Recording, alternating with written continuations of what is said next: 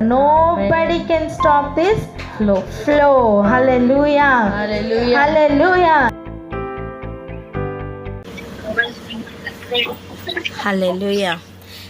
ఈరోజు సాయంకాలం మనమందరం ప్రార్థన చేసుకోవడానికి సిద్ధపడదాం.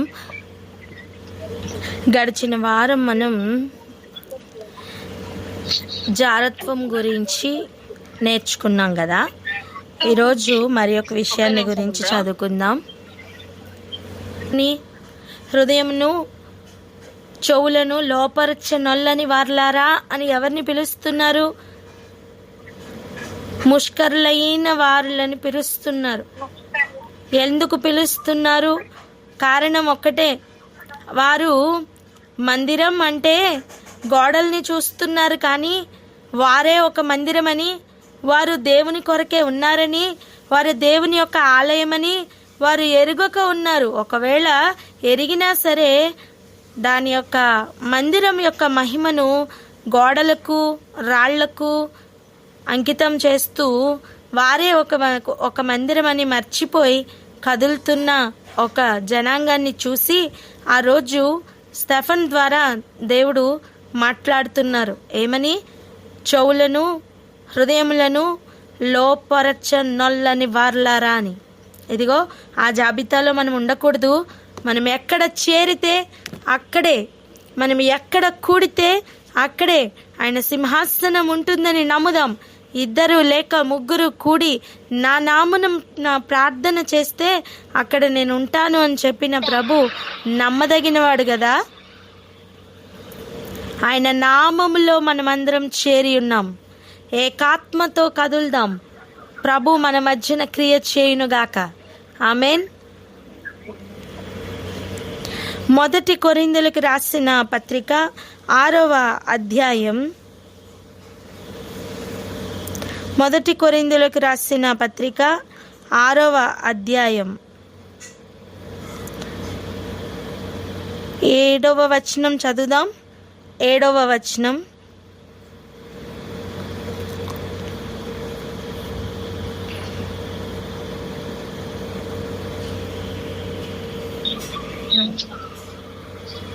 మైక్లో చదవండి.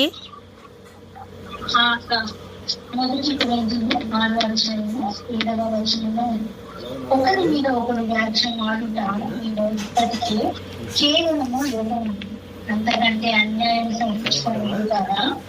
దానికంటే మీ సొత్తులను అపహరించనిచ్చుట మేలు కాదా?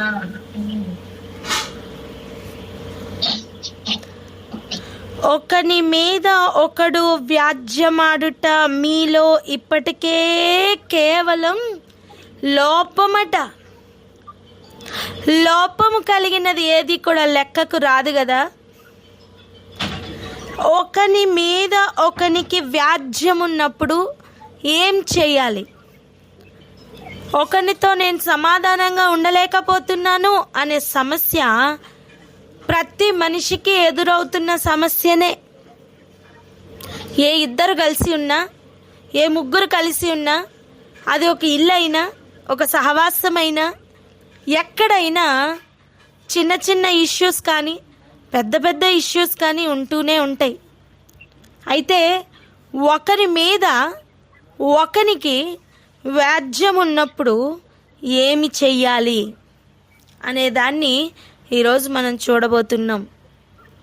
ఆయన చెప్పుతున్న మాట చూడండి. ఒకని మీద ఒకడికి వ్యాజ్యమాడుట మీలో ఇప్పటికే కేవలం లోపము. అనవసరంగా ఒకని మీద ఒకడు వ్యాజ్యం లేదా గొడవ చేస్తుంటే అది ఒక కేవలమైన విషయమట, ఒక సిగ్గుపడవలసిన విషయం. చూడండి, ఒక మాట అండర్లైన్ చేసుకోండి ఈ మాటల్ని. ఏంటంటే, యెహోవా దేవుని ఎదుట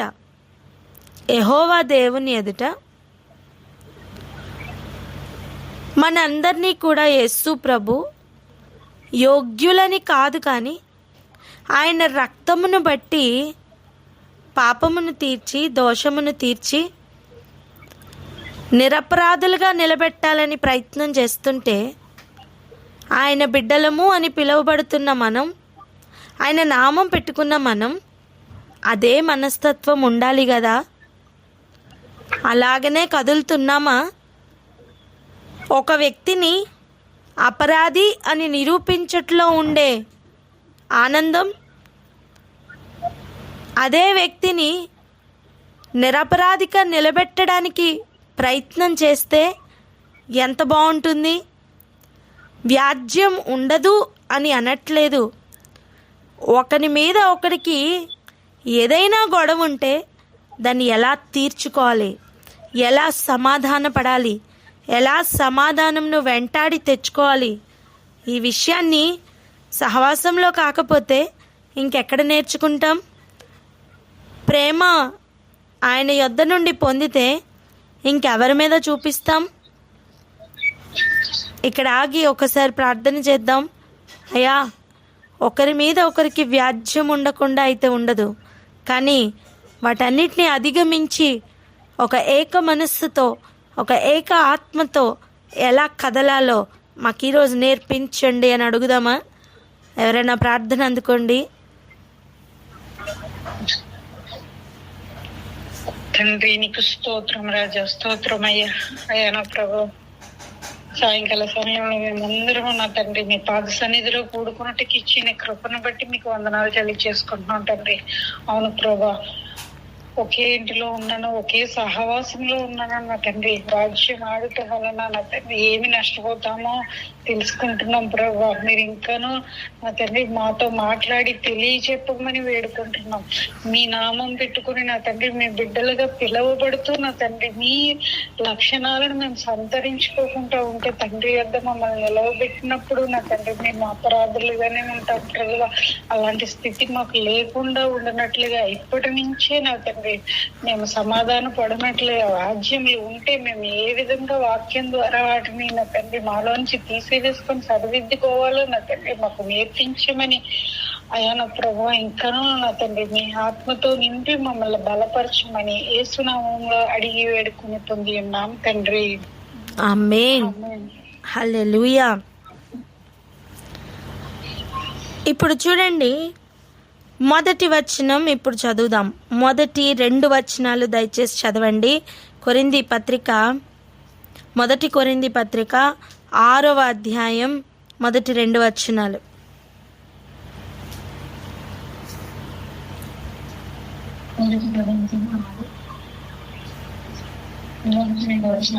మీలో ఒకరికి మరి ఒకరి మీద వ్యాజ్యం ఉన్నప్పుడు వాడు పరిస్థితులు కాక అనేక మందులు ఎదుట వ్యాజ్యాలకు తెగించున్నాడా? పరిశుద్ధుల లోకమునకు తీర్పు తీర్చుదురని మీరు ఎరుగరా? మీ వలన లోకమునకు తీర్పు జరగవలసి ఉండగా మిగిలిన అల్పమైన సంగతులను గురించి తీర్పు తీర్చుటకు మీకు యోగ్యత లేదా? హల్లెలూయా. పరిశుద్ధులు లోకమునకు తీర్పు తీర్చుదురని మీరు ఎరుగరా? పరిశుద్ధులుగా ఎప్పుడు తీర్చబడతాం అనే విషయాన్ని మనం నేర్చుకుంటున్నాం కదా. పరిశుద్ధులకు తీర్పు తీర్చడం కాదు, పరిశుద్ధులు లోకమునకు తీర్పు తీరుస్తారట. పరిశుద్ధులుగా ఉండుటకు పిలువబడిన వారు అనే ఒక స్థాయిని చూసాం. సకల పరిశుద్ధులు అనే ఒక స్థాయి చూస్తున్నాం. రానున్న కాలంలో పరిశుద్ధులు ఏమి చెయ్యబోతున్నారు అంటే లోకమునకు తీర్పు తీర్చబోతున్నారు. ఈ మాట పలుకుదామా? పరిశుద్ధులు లోకమునకు తీర్పు తీర్చుదురు.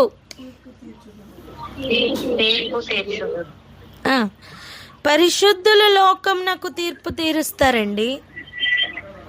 ఇప్పుడు ఆలోచిద్దాం, అలాంటి పరిస్థితి పరిశుద్ధులకు ఉంటగా, లేదా అటువంటి ఆధిక్యత పరిశుద్ధులకు దేవుడు ఇస్తుండగా, పౌలు గారు అడుగుతున్న ప్రశ్న చూడండి, మీ వలన లోకమునకు తీర్పు జరగవలసి ఉండగా మిక్కిలి అల్పమైన సంగతులను గూర్చి తీర్పు తీర్చుటకు మీకు యోగ్యత లేదా? అంటే మీ పరిధిలో మీరు వ్యాజ్యములను తీర్చేసుకోవాలి. వాటిని అనవసరంగా పెద్దవి చేయొద్దు. దాని మూలం ఎక్కడుందో పుక్కటి వేళ్లతో దాన్ని పెకిలించాలి. చేదైన వేరు ఎక్కడుందో దానిని తొలగించాలి. ఒక అవయవంలో చూడండి, ఒక దేహంలో ఒక అవయవంలో ఎక్కడ ప్రాబ్లం ఉందో, ఎక్కడి నుంచి ఆ పుండు వ్యాపిస్తుందో లేదా నొప్పి కలుగుతుందో దానిని నువ్వు గమనించి దానికి మందు వేయవా? ఏ చర్య తీసుకోవా? ఏ వైద్యము చేయవా? దేహమంతా సఫర్ అవ్వకుండా ఉండడానికి ఒక అవయవానికి కావలసిన ట్రీట్మెంట్ నువ్వు ఇవ్వవా?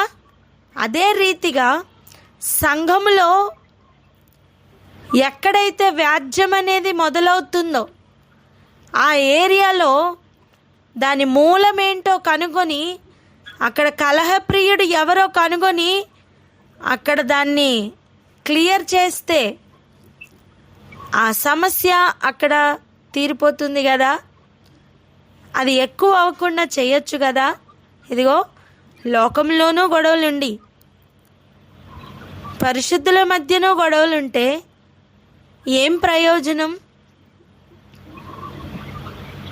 ఒక ఆరోగ్యకరమైన ఒక వాతావరణం పరిశుద్ధుల మధ్య ఉండాలి.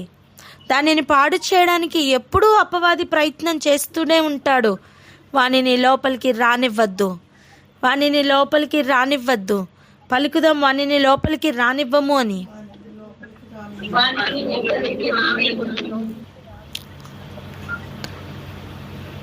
ఇక్కడ మన మనస్సును కొంచెం ట్యూన్ చేసుకోవాలి. ఇక్కడ మన మనస్సును మన హృదయం దేవుని మాట వినాలి. మన శరీరం మాట వినద్దు, మన ఎమోషన్స్ మాట వినద్దు. కానీ ఈ ఏరియాలో మన హృదయం దేవుని మీద ఆధారపడాలి. ఏది చేసినా ప్రభు నిమిత్తమే అని మనం కదలగలగాలి. అప్పుడు మాత్రమే దీనిని దాటడం సాధ్యం. లోకంలో ఒక వ్యక్తి ఒక మాట అంటే మనం 10 మాటలు అనకపోతే లోకం మనల్ని వెర్రివారిగా చూస్తుంది కదా. లోకంలో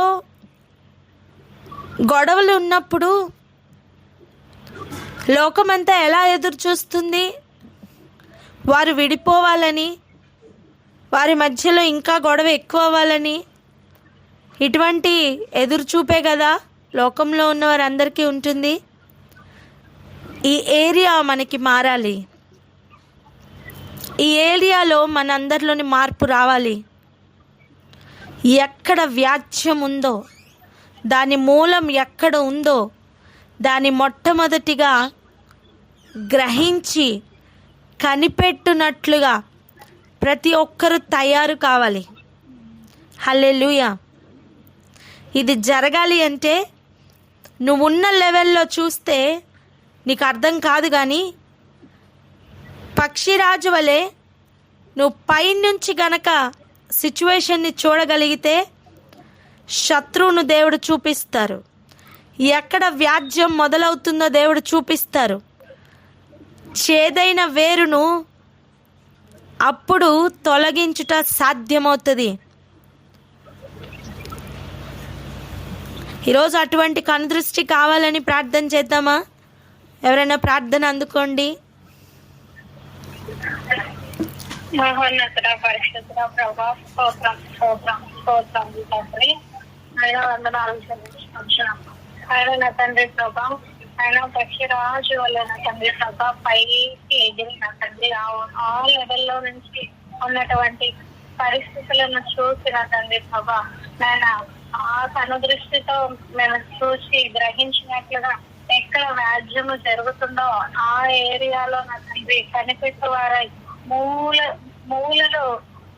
మూలమును కనుక్కొని నా తండ్రి ప్రభా ఆ వ్యాజ్యములో తీర్చేటువంటి విశేషమైన కనుదృష్టిని దయచేయమని ప్రార్థిస్తున్నాము. స్తోత్రం తండ్రి, వందనాలు. ఎక్కడ వ్యాజ్యం ఉన్నదో గ్రహించి కనిపెట్టేవారుగా ఒక్కొక్కరు తయారవుటకు సహాయం దయచేయమని తండ్రి. మీ మీద మాత్రమే ఆధారపడి మా హృదయంలోను మా మనస్సులోను పూర్తిగా మీకు ట్యూన్ చేసుకొని నా తండ్రి ప్రభా ఆయన పరిశుద్ధులు లోకమునకు తీర్పు తీర్చేవారే ఉండాలే గాని ఆయన లోకంతో పాటు లోకము నా తండ్రి ప్రభా సంఘంలో ఎక్కడ అవ్వకుండానట్లు వ్యాజ్యమున్న స్థితిలో వ్యాజ్యమున్న పరిస్థితిలో ఏ రీతిలో దాన్ని ఆయన గ్రహించి దాన్ని ఎలాగనో నా తండ్రి ప్రభా కాలు చేయాలో ప్రతి బిడ్డకును పక్షి రాజు వలె ఉన్నటువంటి ఆ కనుదృష్టిని దయచేయమని మూలమును కనిపెట్టే కృపనిమ్మని దేవా మాకు అతి కనుదృష్టిని అతి విశేషమైన కనుదృష్టిని మాకు దయచేయమని పై నుంచి ఆ ప్రాబ్లం ని చూసేటువంటి కృపను అనుగ్రహించమని యేసు నామములో ప్రార్థించి పొందుతున్నాము తండ్రి. ఆమేన్, ఆమేన్. ఇదిగో నువ్వు వేరుపరచబడి ఒక పరిశుద్ధ జనాంగంగా కూర్చబడి ఒక సహవాసంలో కదులుతున్నప్పుడు ప్రతి ఒక్కరి దృష్టి మీ మీద ఉంటుంది, ఆ గుంపు మీద ఉంటుంది. ప్రతి ఒక్కరి దృష్టి అని చెప్తున్న సమయం దృశ్యమైన వారి దృష్టి, అదృశ్యమైన వారి దృష్టి కూడా ఉంటుంది. అవి భూమి అందైనను పరలోకమంది అయినను దృశ్యమైన వారి దృష్టి, అదృశ్యమైన వారి దృష్టి ఉంటుంది. భూలోక నివాసుల యొక్క దృష్టి ఉంటుంది, పరలోక నివాసుల యొక్క దృష్టి కూడా ఉంటుంది.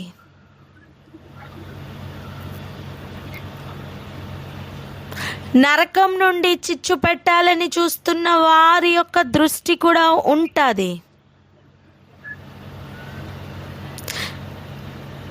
ఒక మాట చెప్పనా,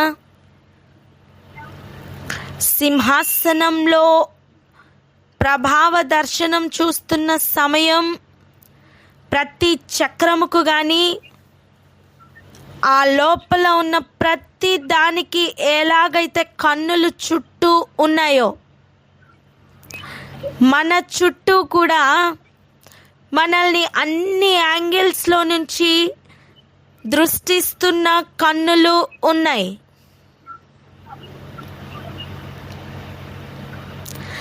రహస్యమైనది ఏది కూడా వెలుగులోనికి రాక తప్పదు నాన్న. దయచేసి గ్రహించండి, దయచేసి గ్రహించండి. భూమి మీద ఏదో బ్రతికేస్తున్నాం అన్నట్లుగా కాదు, కానీ మనం బ్రతుకుతున్న ఈ జీవితంలో, మనం జీవిస్తున్న ఈ రోజుల్లో ప్రతి క్షణంలో కూడా 1-2 కన్నులు కాదు దృష్టిస్తున్నది, గమనిస్తున్నది, చుట్టూ కన్నులు ఉన్నాయి. దేవుని కన్నులు నిరపరాధులుగా నిలబెట్టాలని అయితే అపవాది యొక్క కనుదృష్టి అపవాదములు మోపాలని.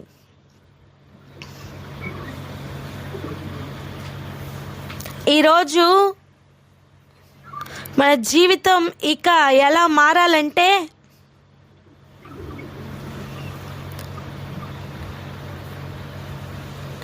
ఎవరు నేరము మోపడానికి వీలు కాలేని విధముగా, హల్లెలూయా,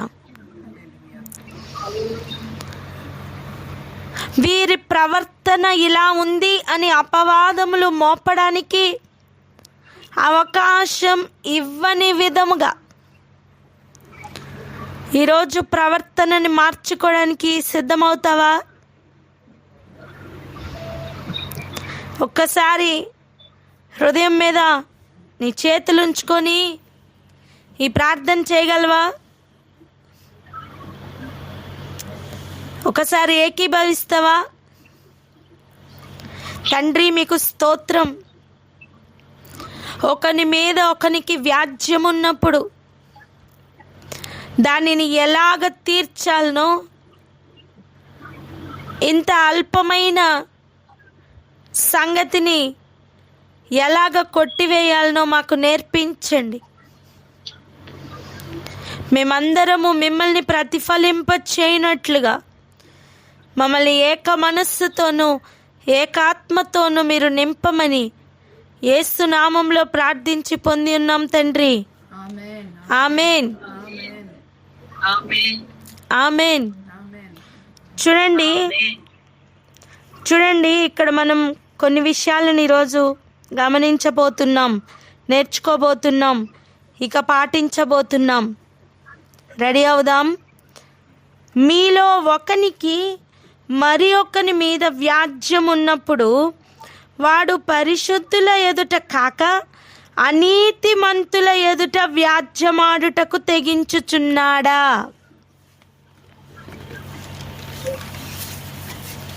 ఈ భాగంలోనికి వెళ్ళే ముందు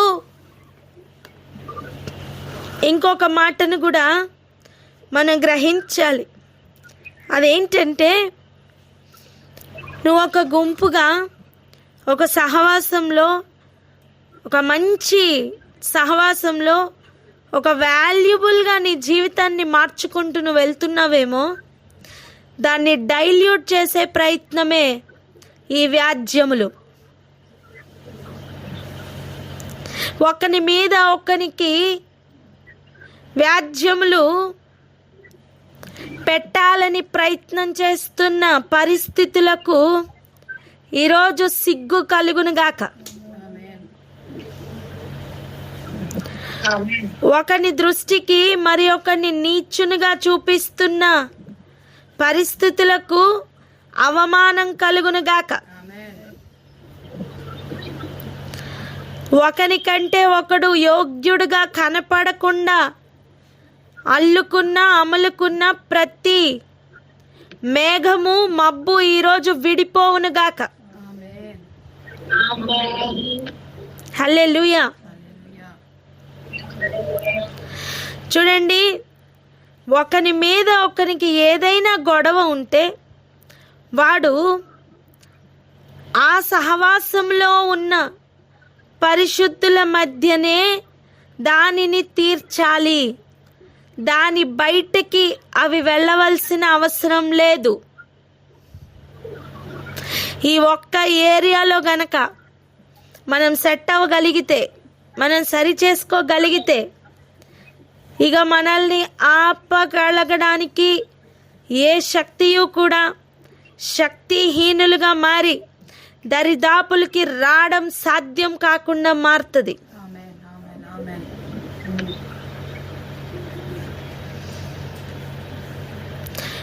ఒక్కనికి మరి ఒక్కని మీద ఏదైనా గొడవ ఉందా? ఏదైనా మనస్పర్ధనలు ఉన్నాయా? ఏదైనా విపరీతపు ఆలోచనలు ఉన్నాయా? ఇదిగో నీ సర్కిల్లో ఉన్న పరిశుద్ధుల మధ్యకు దానిని తీసుకుని వెళ్ళు. అడుగుతున్న ఒక ప్రశ్న ఉంది. మీకు సిగ్గు రావాలని నేను చెప్తున్నాను అని ఒక మాట అడుగుతున్నాడు పౌలు. అవును, మనకి సిగ్గు రావాలనే ఈరోజు ఆ ప్రశ్న అడుగుతున్నారు. 5వ వచనం ఒకసారి చూడండి. మీకు సిగ్గు రావాలని చెప్పుచున్నాను. ఏమి, తన సహోదరుల మధ్యను వ్యాజ్యము తీర్చగల బుద్ధిమంతుడు మీలో ఒక్కడైనను లేడా?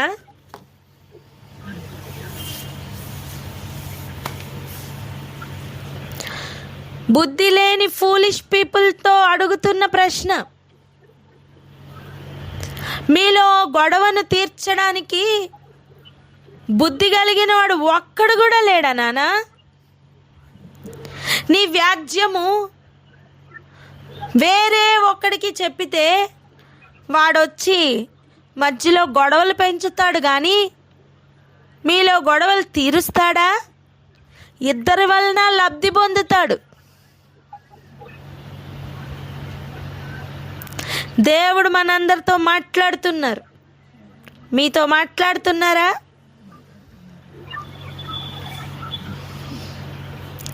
మాట్లాడుతున్నాను. ఒక సహవాసంలో ఇద్దరికి గనక ముగ్గురికి గనక లేదా ఏదైనా భేదాభిప్రాయాలు ఉంటే వాటిని తీర్చుకోవడానికి పరిశుద్ధులుగా మారుస్తున్న దేవుడు ఆనపెట్టి చెబుతున్న మాట, మీలో పరిశుద్ధుడు ఒక్కడు కూడా లేడా? మీలో బుద్ధిమంతుడు కనీసం ఒక్కడు లేడా? మీకు మధ్యలో ఉన్న తగువ వ్యాజ్యం ఏదైనప్పటికీ మీ మధ్యలో తీర్చగలిగిన ఒక్క బుద్ధిమంతుడు కూడా లేడా? అమ్మా, నువ్వు ఒక్క బుద్ధిమంతుడిని కనుగొని తీసుకుని వెళ్ళి ఆ సమస్యను ఎదురు పెడితే కూడా ఆ సమస్య అక్కడ సమసిపోతుంది, అక్కడ లయమైపోతుంది. అలా కాకుండా ఇంతకాలం బుద్ధి లేకుండా అవుట్ ఆఫ్ ద సర్కిల్ తీసుకెళ్ళామేమో, out of the circle discuss చేశామేమో. ఈరోజు ప్రభు పాదాల దగ్గర ప్రతి పాపమును ఒప్పుకుందాం, ప్రతి సమస్యను విడిచిపెడదాం, ప్రతి వ్యాజ్యమును విడిచిపెడదాం, ప్రభు పాదాల దగ్గర అడుగుదాం. మన మధ్యలోనే, లేదా ఎవరు వింటున్నారో ఈ వాక్యం వారి మధ్యలోనే బుద్ధిమంతుడు ఒక్కడు కాదు అనేకులు ఉందురుగాక.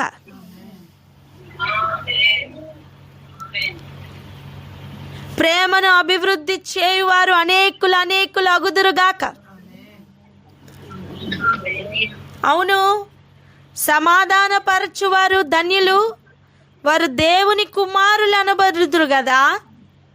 మరి సమాధానమును పాడు చేయువారు ఎవరి కుమారులు? చెదరగొట్టువారు ఎవరి కుమారులు? గుర్తుపడదాం, కనిపెడదాం. వ్యాజ్యం ఉన్నప్పుడు బుద్ధి లేని ఒకరి దగ్గరికి, లేదా పరిశుద్ధతలో లేని ఒకరి దగ్గరికి వ్యాజ్యము తీసుకుని వెళ్ళి నవ్వుల పాలు అవ్వేటట్టుగా చేస్తున్న ఒక భయంకరమైన తంత్రమే ఈ తంత్రం. నువ్వు పరిశుద్ధ జనాంగంగా కదులుతున్నప్పుడు నిన్ను బాహాటముగా అవమానపరచడానికి ఆ గుంపు మీద జరుగుతున్న ఒక విష ప్రయోగం, దానికి బలి అయిన కాలం ఇక చాలు. పలకండి మాట, దానికి బలి అయిన కాలం ఇక చాలు అని.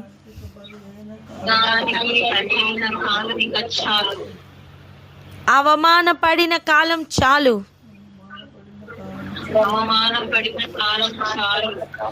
ఇక జ్ఞానము బుద్ధి కలిగి ప్రవర్తిద్దామని చెప్దాం.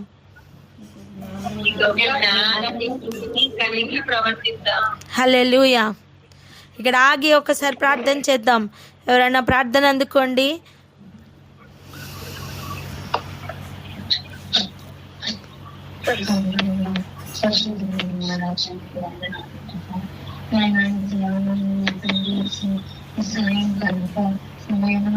నాకు హితలు పలుకుతూ నా తండ్రి మమ్మల్ని సూచిస్తూ ప్రేమ చేస్తున్నాను. నీకు వందనాలు ప్రభా, నీకు స్తోత్రము. నా తండ్రి సమాధాన పరుచు బుద్ధిమంతులు నాయన వేసా వారు మీరు ఏర్పరిచిన వారి మందులో అధికం ఎదురుగా ప్రార్థిస్తున్నాము. అయా ఎక్కడైనా సముద్రంలో వచ్చి ఉన్నప్పుడు ప్రభా, మేము నా తండ్రి వేసే నీ బిడ్డలుగా నాయన వేసే నీవిచ్చు జ్ఞానము చేత, నీవిచ్చు ఆలోచన చేత నింపబడిన నీ బిడ్డల ద్వారా నాయన ప్రతి ఒక్క సమస్యను, ప్రతి వ్యాజ్యమును, ప్రతి తర్కమును కూడా ప్రభా మేము నాయన సమాధాన పరచబడినట్టుగా నాయన మేము దాని జ్ఞానయుక్తంగా ఎలాగ నాయన దాన్ని జీవించేవాళ్ళు నాకు నేర్పిస్తున్నారు. నీకు వందనాలు ప్రభా, నీకు వందనాలు. అయా నాయన హెచ్చరిస్తున్నారు. అయ్యా నీకు వందనాలు. అవునయ్యా, ఏక మనసు ఏక ఆత్మ కలిగి నడవడం అంటే ప్రభా కాదండి మీరు పిలిచిన పిలుపులో మేము ఎంతగానో నమ్మకం ఉంచడమే ప్రభా. ఆయన మీ పిలుపులో సమస్తము సమకూర్చబడి ఉన్నది ప్రభా. ఏది కూడా కొరత లేదు ప్రభా. అది తర్కములను తీర్చి జ్ఞానమైన కూడా మీరు సమయానుకూలంగా దాన్ని నింపి ఉన్నారు. ప్రభా నీకే స్తోత్రం స్తుతి స్తోత్రములు చెల్లిస్తున్నాం నాయన యేసయ్య. మేము నా తండ్రి నాయన మరి నా తండ్రి యేసయ్య మేము కష్టముల వైపు నాయన సమయంలో వేస్ట్ చేయక సమాధాన పరచలేని వారి దగ్గర వెళ్ళి మా వ్యాజ్యములు పెట్టకుండా ప్రభా మీరు మా యందు ఉంచిన బుద్ధిమంతుల యొక్కకే వెళ్ళి నాయన యేసయ్య సమాధాన పొడుటకు వ్యాజ్యములు తీర్చుకొనుటకు మాకు కృపను దయచేయండి, మమ్మల్ని బలపరచండి యేసయ్య. మా గట్టి జ్ఞానమునివ్వండి ఆయన, అటు సమర్పణను దయచేయండి ప్రభా నా తండ్రి. ఆ ప్రేమను నీ యందు అస్థిరమైన విశ్వాసమును మాకు దయచేయండి ప్రభా. చెదరగొట్టు వాని వలె నాయన మేము ఉండకూడదు, సమకూర్చువారు సమాధానపరచువారు నాయన యేసయ్య నీ యొక్క కుమారులు కాబట్టి అలాంటి వారుగానే మేము ఉండినట్లుగా నాయన యేసయ్య అలాంటి లెవెల్లోకి నాయన యేసయ్య మరి ఈ ప్రాఫిట్స్ టీమ్ లో ఉన్న ప్రతి ఒక్కరిని నాయన యేసయ్య మీరు నింపి నడిపించమని మేము నా తండ్రి చెదరగొట్టు వాని వైపు కాక సమకూర్చు వాని వైపే ఉండగలుగుటకు కృపనిమని నాయన అట్టి జ్ఞానమును బుద్ధిని ఆ యోగ్యతను మాకు మెండుగా దయచేయమని యేసునామమున ప్రార్థిస్తున్నాం తండ్రి. ఆమేన్ ఆమేన్. ఒక బిడ్డ చదువుకుంటున్నాడట, ట్రైనింగ్లో ఉన్నాడు. దేని కొరకు సిద్ధపడుతున్నాడంటే ఒక జడ్జిగా తయారవడానికి లా చదువుతున్నాడు అనుకుందాం. కానీ ఆ వ్యక్తిని అవమానపరచడానికి, ఆ వ్యక్తి తెలివితేటలు కానీ, ఆ వ్యక్తి యొక్క నడిపింపు కానీ, పిలుపు కానీ అన్నీ అవమానపరచడానికి ముందుగానే ప్లాన్ చేసి ఆ వ్యక్తిని గొడవల్లో ముంచి తేల్చి ఆ వ్యక్తిని ఆ స్థాయికి తీసుకుని వెళ్ళకుండా ఆ ట్రైనింగ్ పీరియడ్లోనే గొడవల్లో కొట్టుకుని పోయి తను అటైన్ చేయవలసిన లేదా తను ఏదైతే పాస్ అయ్యి తను ఏ స్థాయిలో అయితే కూర్చోవాలో అక్కడ కూర్చోకుండా ఒక తంత్రం తన చుట్టూ ప్లే చేస్తే ఎలా ఉంటుందో ఒకసారి ఆలోచించండి. ఎగ్జాక్ట్గా ఈ భూమి మీద ఉన్న మనకు జరుగుతున్న ప్లాన్ అదే. ఇది అర్థం అవడానికి మనం 3-4 వచనాలు చదువుదాం రండి. 3-4 వచనాలు. మనము దేవదూతలకు తీర్పు తీర్చుదమని ఎరుగరా? మనము ఎవరికి తీర్పు తీరుస్తాం? దేవదూతలకు కూడా తీర్పు తీర్చేటట్లుగా దేవుడు తన పరిశుద్ధులను నిలవబెట్టబోతున్నారు. అటువంటిది ఈ జీవన సంబంధమైన సంగతులను గూర్చి మరి ముఖ్యముగా తీర్పు తీర్చవచ్చును కదా. కాబట్టి ఈ జీవన సంబంధమైన వ్యాజ్యములు మీకు కలిగిన ఎడల వాటిని తీర్చుటకు సంఘములో తృణీకరింపబడిన వారిని కూర్చుండబెట్టుదురా? మీకు సిగ్గు రావాలని చెప్పుచున్నాను. ఏమి? తన సహోదరుల మధ్యను వ్యాజ్యము తీర్చగల బుద్ధిమంతుడు మీలో ఒక్కడైనను లేడా? మొదటగా ఈ విషయాన్ని గ్రహిద్దాం. దేవదూతలకు కూడా తీర్పు తీర్చే స్థాయిలో దేవుడు నిలబెట్టాలని ప్రయత్నం చేస్తుంటే ఈ జీవన సంబంధమైన ఇక్కడున్న వ్యాజ్యములు తీర్చడం కూడా చేతకాని స్థితిలో పడవేసి పరిశుద్ధతను పాడు చేస్తూ నువ్వు ఎక్కవలసిన ఎత్తుకు ఎక్కకుండా చేస్తున్న ఒక భయంకరమైన తంత్రం నీ చుట్టూ ప్లే చేస్తుంది నాన్న. ఈరోజు గుర్తుపడతావా? నీకు ఎవరి మీదైనా హృదయంలో వ్యాజ్యం ఉంటే నువ్వు ఏం చెయ్యాలని వాక్యం చెప్తుంది? రండి వెళ్దాం. మత్తయి సువార్త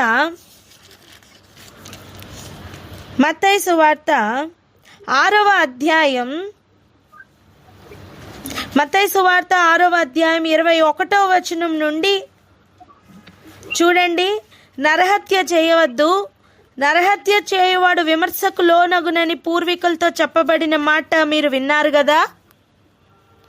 నేను మీతో చెప్పున్నదేమనగా, తన సహోదరుని మీద కోపపడు ప్రతివాడు విమర్శకు లోనగును. తన సహోదరుని చూచి వ్యర్థుడా అని చెప్పువాడు మహాసభకు లోనగును. ద్రోహి అని చెప్పువాడు నరకాగ్నికి లోనగును. కావున నీవు బలిపీఠమునొద్ద అర్పణమును అర్పించుచుండగా నీ మీద నీ సహోదరునికి విరోధమేమైనను కలదని అక్కడ నీకు జ్ఞాపకము వచ్చిన ఎడల. ఏమి జ్ఞాపకం వచ్చిన ఎడల? నా మీద నా సహోదరునికి ఏమైనా విరోధం ఉంది అని గనక నాకు అనిపిస్తే, దయచేసి గమనించండి, నా సహోదరుని మీద నాకేదైనా ఉంటే కాదు, మన మీద మన సహోదరునికి ఏదైనా ఉంటే. హలో, కొంచెం మన వివేచన పెరుగునుగాక. హల్లెలూయా.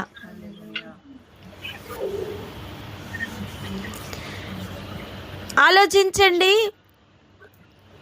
మనం ఎప్పుడు కూడా మన తరపునే కదా ఆలోచిస్తాం. నాకు ఇలాగైంది, నాన్న ఇలా అన్నారు, నాకు ఇలా అయింది, నన్ను ఇలాగ అన్నారు, ఇవే కదా మన వ్యాజ్యం. దీనిని దాటాలి. మన మీద మన సహోదరునికి ఏమైనా ఉన్నది అనిపిస్తే, నేను అంటాను,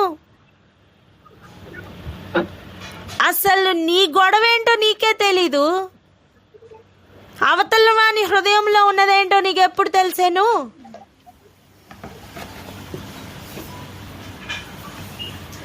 ఎంత బుద్ధి జ్ఞానం కావాలి తెలుసా? సెల్ఫ్ సెంటర్డ్గా ఉన్నవాడు ఎప్పుడు నిందలు మోపుతూనే ఉంటాడు. అది దాటి, ఆ స్థాయి స్థితిగతులు దాటి బయటికి రావాల్సిన సమయం ఇది.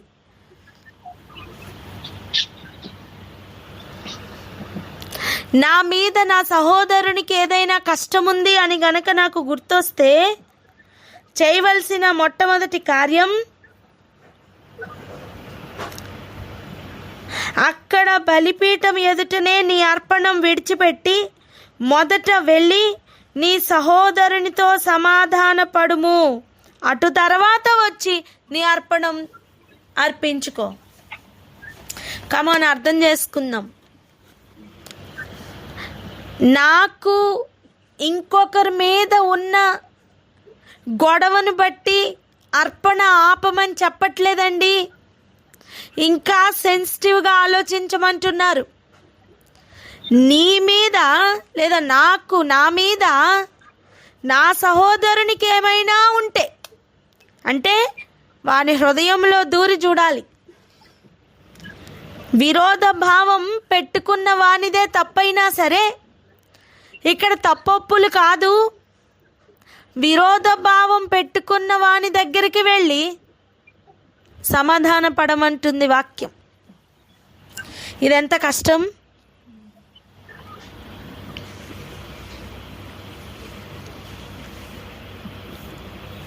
ఇదెంత కష్టం!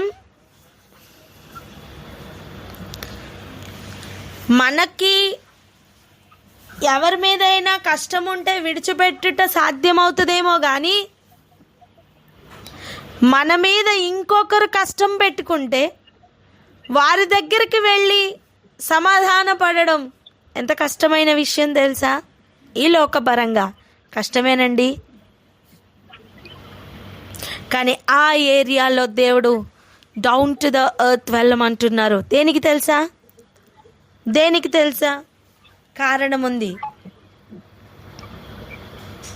నువ్వు ఈ లోకంలో ఎంత తగ్గించుకుంటే ఆ లోకంలో అంత హెచ్చింపబడతావు గనుక.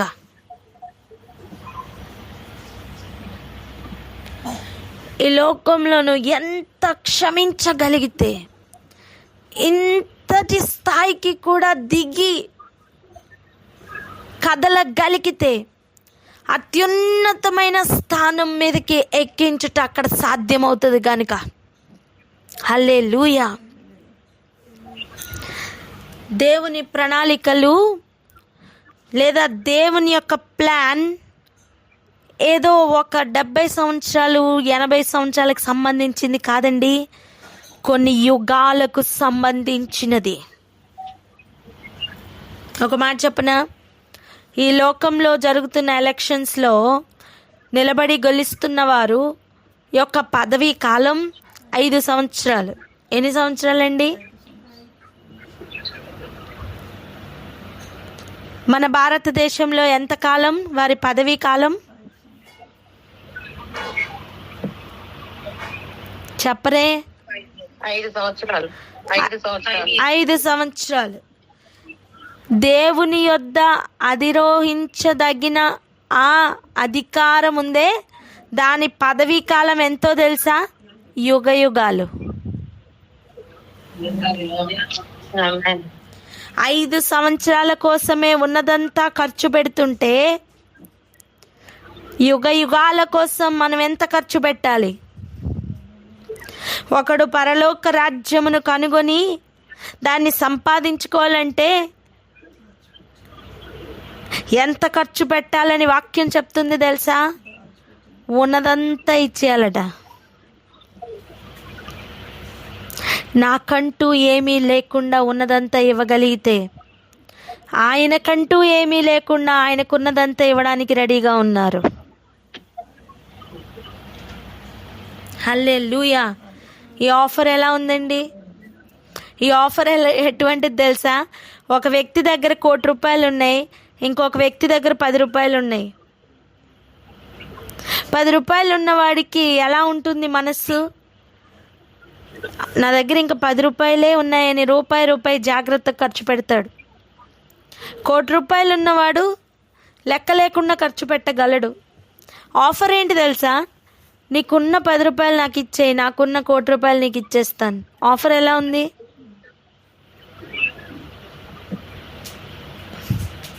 సూపర్ ఉంది. ఆమెన్. ఎగ్జాక్ట్గా అదే ఆఫర్ అండి దేవుడిస్తున్నది కూడా.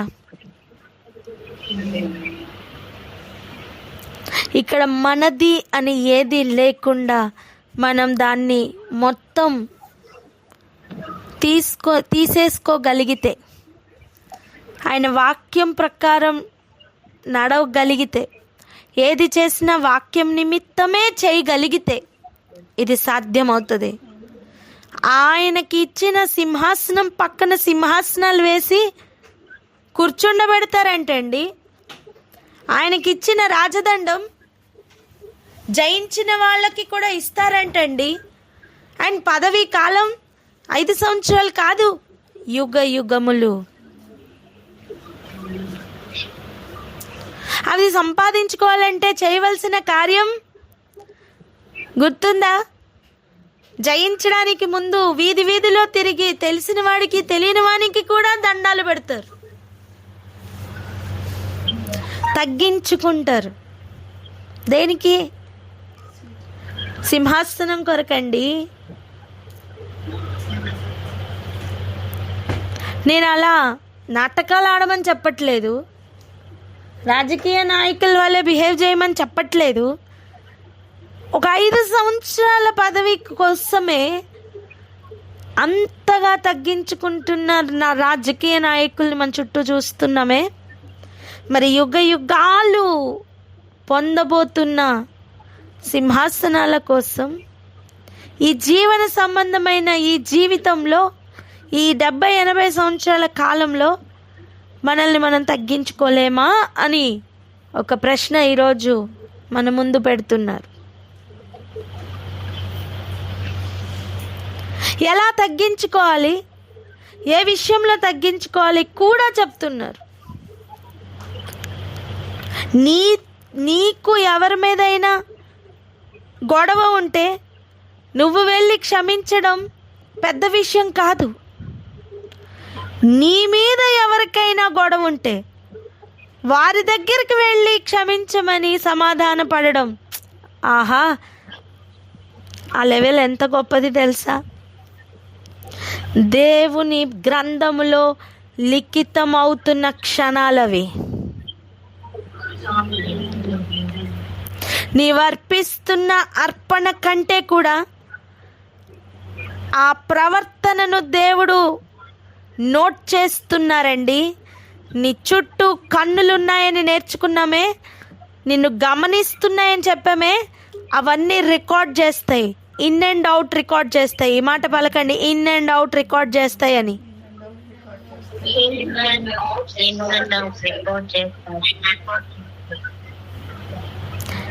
ఇది ఒక ఆత్మీయ యుద్ధం. దీనిలో పోరాటం ఎల్లప్పుడూ ఉంటుంది. కానీ జయించుటకు ఆయుధములు ఇవే.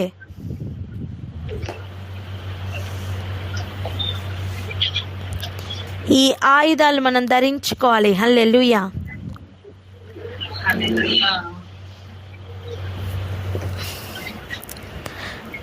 నోరు పారేసుకోవడం ఆయుధం కాదు నాన్న, నోరు కంట్రోల్లో పెట్టుకోవడం ఆయుధం.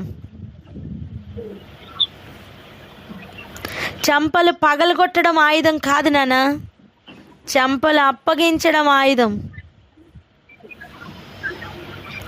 మాటలు అనడం ఆయుధం కాదు, అనిపించుకుంటున్నప్పుడు సహించడం ఆయుధం. ఇవి జయించువారు మాత్రమే గ్రహించగలరు. ఇవి జయించువారు మాత్రమే పొందగలరు. ఖడ్గం ఉంటే సరిపోదు, దాన్ని వాడడం రావాలి. సౌలుకి ఖడ్గం ఉండెను, ఏం ప్రయోజనం? ఏం ప్రయోజనం? అమాలేకుడిని చంపమని చెప్పితే అదే అమాలేకుని చేత చచ్చిన ఒక చరిత్ర ఉందే. ఈరోజు ఈ తంత్రం కూడా అటువంటిదే. మనం ఈరోజు వీటి మీద జయం పొందకపోతే ఇవి మన మీద జయం పొందబోతున్నాయి. దయచేసి అర్థం చేసుకుందాం. ఇది ఒక సింపుల్ ఇష్యూ కాదు, ఇది ఒక సెన్సిటివ్ ఇష్యూ.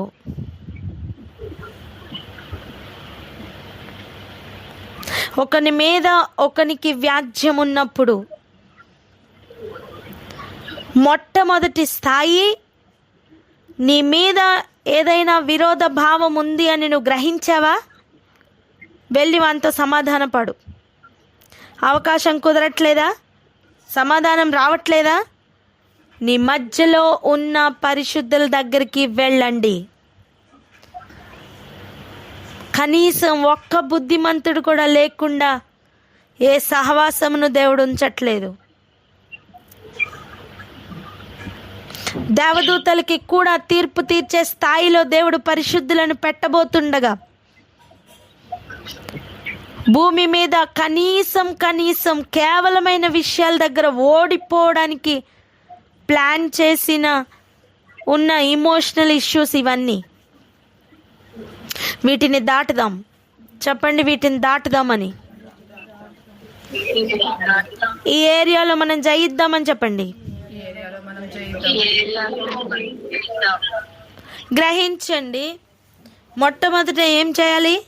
నీ మీద నీ సహోదరునికి ఏదైనా విరోధ భావం ఉంది అని కనుక నువ్వు గ్రహిస్తే వెళ్ళి నీ అర్పణ అర్పించడానికి ముందే సమాధానపడు.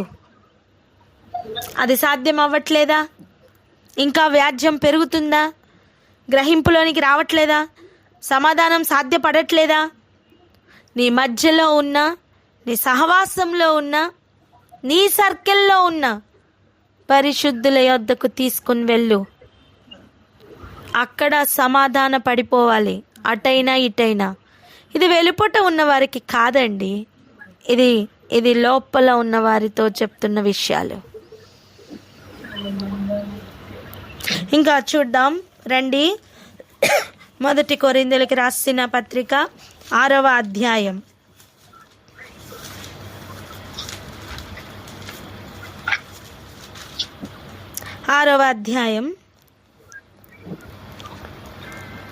ఇప్పుడు చదువుదాం 6వ వచనం.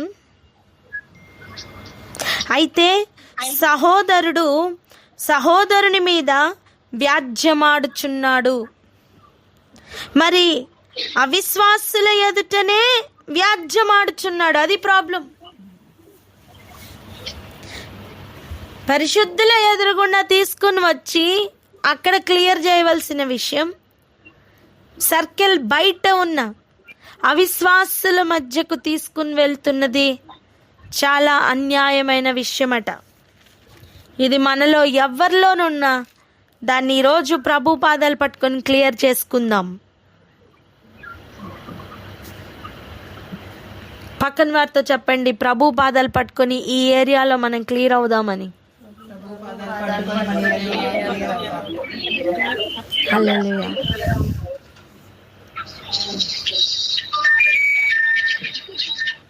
ఇక్కడ ఆగి ఎవరైనా ప్రార్థన అందుకుంటారా?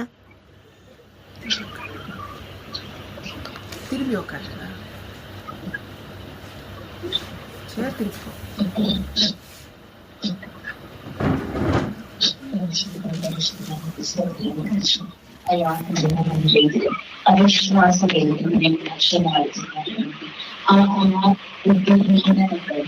వాళ్ళు లేకుండా తీసి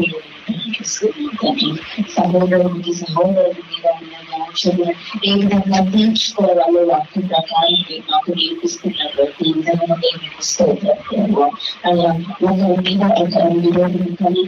అపరాధికి ఆయుధంగా మారుతున్నారు. దాని నుండి నుంచుకొని ఏ విధంగా ఆ వ్యాజ్యాన్ని తీర్చుకొని ప్రభు అయ్యా నేను కొట్టవలసిన ఆయుధాన్ని ఏ విధంగా తగ్గించుకోవాలి నేను నాకు నేర్పిస్తున్నాను. చెవికి ఇది నేర్చుకొని ఈ ఏరియాలో ప్రభు ఈ విధంగా మొదలుకొని మా ప్రవర్తనని సరి చేసుకోవటకు మీరే నాకు సహాయం దయచేయమని మా హృదయంలో జ్ఞానం దయచేయమని ప్రార్థిస్తున్నాము తండ్రి. అయ్యా అవిశ్వాసుల తీరుట యాజమానులకు అవిశ్వాసుల యొద్దకు నా తండ్రి ఆయన మా వ్యాజ్యాన్ని తీసుకొని వెళ్ళటకు నా తండ్రి అటువంటి ఏ బుద్ధిమారినటువంటి పనులు నేను చేయక ప్రభువ ముందుగానే సమాధానం పడటము మాకు సహాయం దయచేయండి రాజా.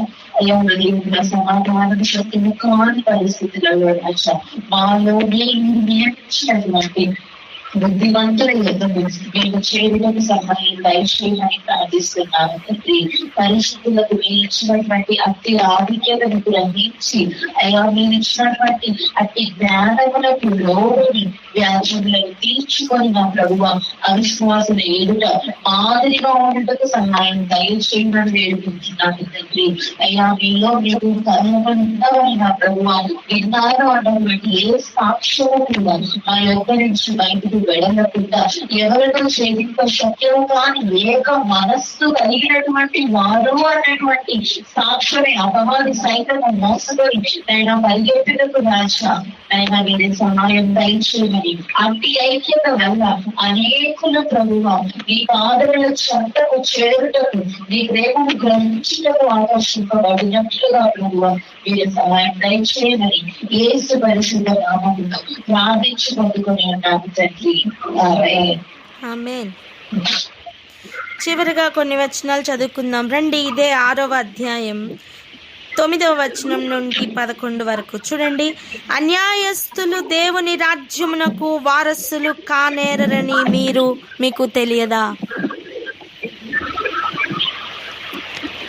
సో అపవాది యొక్క ప్రయత్నం ఏంటి? మనల్ని అన్యాయస్తులుగా నిలబెట్టడం. నీ చుట్టూ ఉన్న పరిస్థితులు నిన్ను అన్యాయస్తుడుగా నిరూపించడానికి ప్రయత్నం చేస్తుండగా నీ లోపలికి దూరుతున్న వాక్యం నిన్ను న్యాయవంతుడుగా నీతిమంతుడుగా చేయడానికి ప్రయత్నం చేస్తుంది నాన్న.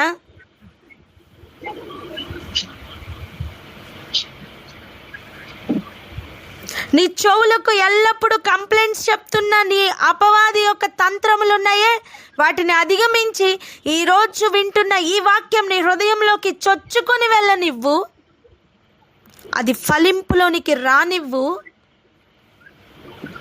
అబద్ధములన్నీ పటాపంచలైపోతాయి. అబద్ధపు ఎరుకో గోడలన్నీ కూలిపోతాయి. వాక్యం ఎదురుగుండా ఏ దుర్గములు కూడా నిలువ నేరవండి.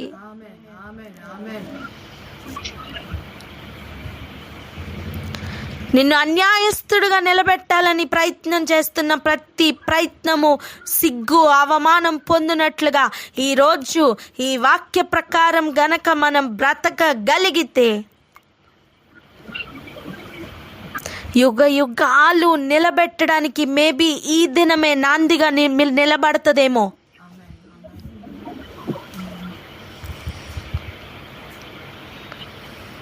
వాక్యానికి చెవి ఎగ్గుతావా? వాక్యానికి హృదయాన్ని అప్పగిస్తావా? లోబడనొల్లని హృదయమును ఈరోజు త్రిప్పి లోబడేటట్టు చేస్తావా? ప్రభు సూటిగా అడుగుతున్న ప్రశ్నే కదా. మీరు మాట్లాడే వ్యక్తి మీ కాల్ ని హోల్డ్ లో పెట్టారు, దయచేసి లైన్ లో వేచి ఉండండి. आप जिस व्यक्ति से बात कर रहे हैं उन्होंने आपके कॉल को होल्ड पर रखा है, कृपया लाइन पर बने रहिए.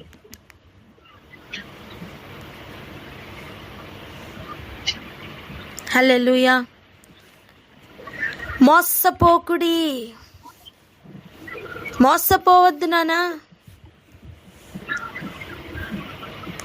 జారులైనను విగ్రహారాధికులైనను వ్యభిచారులైనను ఆడంగితనం కలవారైనను పురుష సంయోగులైనను దొంగలైనను లోబులైనను త్రాగుబోతులైనను దూషకులైనను దోచుకొనువారైనను దేవుని రాజ్యమునకు వారసులు కానేరరు. అందుకే ఇందులో ఏదో ఒక కార్నర్లో నిన్ను నన్ను పడవేసి మోసపోయేటట్టు చేయడమే ప్రస్తుతం పనిచేస్తున్న ఈ లోక అధికారి యొక్క తంత్రం. దీనిలో నుంచి బయటికి రా. పలకండి ఈ మాట, దీనిలో నుంచి బయటికి రా అని. ఇప్పుడు ఈ మాట తెగించి చెప్పండి, నా ప్రాణమా దీనిలో నుంచి బయటికి రా అని చెప్పండి.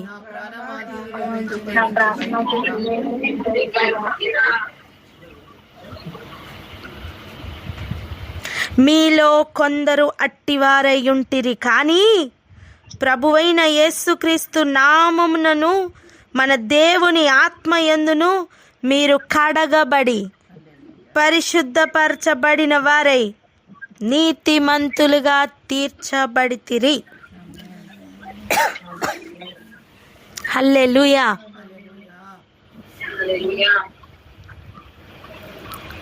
కడగబడ్డాక ఎందుకు మళ్ళీ వెళ్ళి పొర్లడం?